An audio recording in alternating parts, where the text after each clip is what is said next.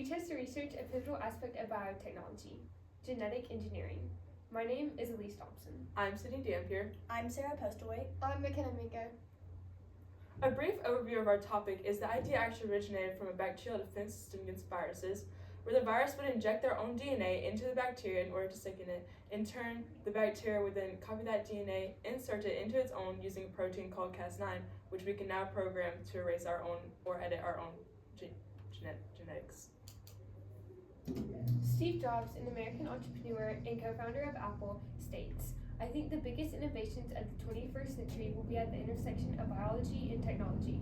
A new era is beginning." Here's a graph from Pew Research Center showing both the possible positive outcomes, which are listed on the bottom, as well as the possible negative outcomes listed on the top.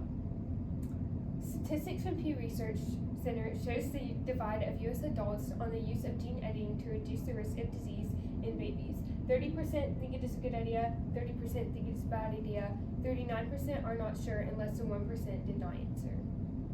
Another statistic from NORC, University of Chicago, states that 20% of Americans think it is okay to enhance intelligence in babies, while 8% think this is taking medicine too far and playing God. On this side, you'll see a healthy blood cell, and on the other, you'll see a blood cell affected by sickle cell anemia. Sickle cell anemia affects nearly 8 million people worldwide, but is now curable using CRISPR technologies. We chose to research this should question, which states, should society permit gene editing to benefit just the ill and unfortunate, or to enhance anyone willing to use it? Our team argues that genetic engineering should be strictly regulated for the use of patients with current, diagnosed, and life-threatening conditions to prevent the use of inhumane gene editing. The pros of genetic engineering is that survival rates do increase, such as babies with low survival rates and individuals with Huntington's disease. Jennifer Doudna, who is a Nobel Prize winner for CRISPR, states that it is better to just go ahead and do the procedure than to take the risk of the patient dying from the current disease they are struggling with. The cons of genetic engineering is that it is extremely expensive, costing millions of dollars just for one procedure.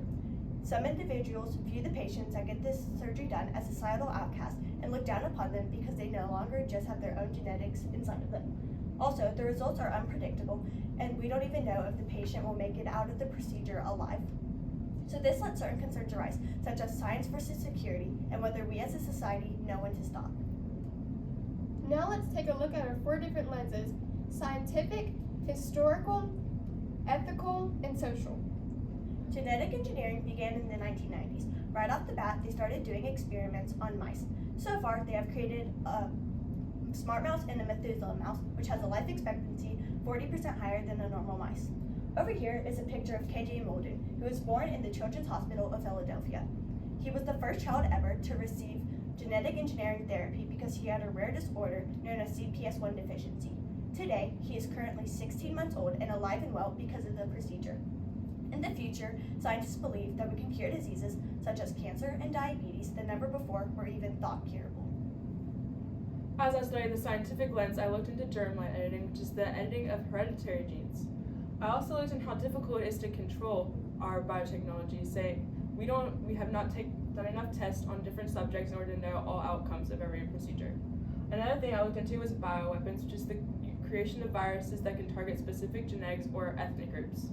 Over here, you'll see a graph of what countries think about biotechnology. In the red, you'll see that 19 have prohibited study completely, and in the green, you'll see 11 have allowed study. So one of the major ethical concerns is that they're taking out or altering the DNA, which raises a lot of questions. Another concern is that there are unpredictable results, which can cause a lot of issues, whether it be now or later on in the road. In the social perspective, we explore that there are many patient impacts. If genetic engineering is used correctly, the patients can have a one-time treatment or cure for a genetic disease or disorder. In contrast, if used incorrectly, the patients can have additional diseases or a worsened disease. It is also only limited to the wealthy, higher class, since it costs $1 to $3 million, just like the picture on the right shows. There's also a blurry line in the medical diseases and treatments which they want to use, since many people have different views on what constitutes a disorder and a diversity. There are also many religious impacts, since within the denominations and religious groups, there are several different opinions on whether genetic engineering is immoral or like correct. And so Ryan Burge has taken a survey, and out of this whole survey, 30% think it is a good idea, 30% think it is a bad idea, and 40% are not sure what they think. So our first solution to genetic engineering is that we should only do the procedure on patients with fatal and life-threatening diseases. The impacts that this could have on our society is that it could cure a disease and save a person's life, but also it can potentially cause another disease later on in the road, or the same disease can come back due to mutations inside of their system, and the results are unpredictable. Our second solution was to pose international laws and regulations on labs.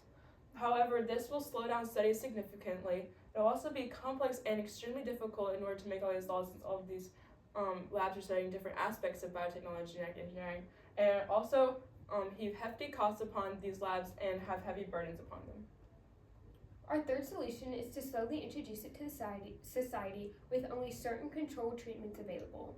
This will allow certain vital studies to be taken to better the understanding and education of genetic engineering, but it can have possible negative effects if integrated within the society too rapidly. Our final solution is that we only use it in fatal, current, diagnosed diseases. We should start off slow and controlled, as well as continuing research. The reasons we think this will be effective is it will protect our society. It will protect our society from while slowly introducing it. It will also protect biotechnology from being overused, and also continue the research process carefully. The limitations and implications of genetic engineering is that it can cause another disease inside of the patient's body, and the results are unpredictable, and the patient can have a possible off-target effect due to an inaccurate mutation inside of their system. The treatments are extremely expensive, costing millions of dollars, and the research costs billions of dollars for scientists, and so we should not, so certain questions arise, should we even continue the research since it costs so much?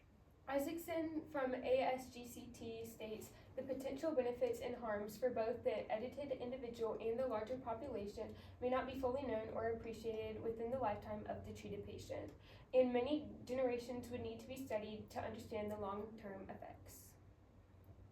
Thank you for listening to our presentation. Thank you, girls. Well done. So I had a few questions for you on the fascinating topic. I will start with you, Elise. Can you give an example of how you were able as a team to include Sydney's scientific research into the overall presentation? So we included Sydney's research in the overall presentation in the brief overview, and also she had a slide to explain more of the scientific research that she stated, and also one of her solutions was used in the presentation, that it should only be current and fatal diseases that are used. Oh, okay. Thank you, Elise.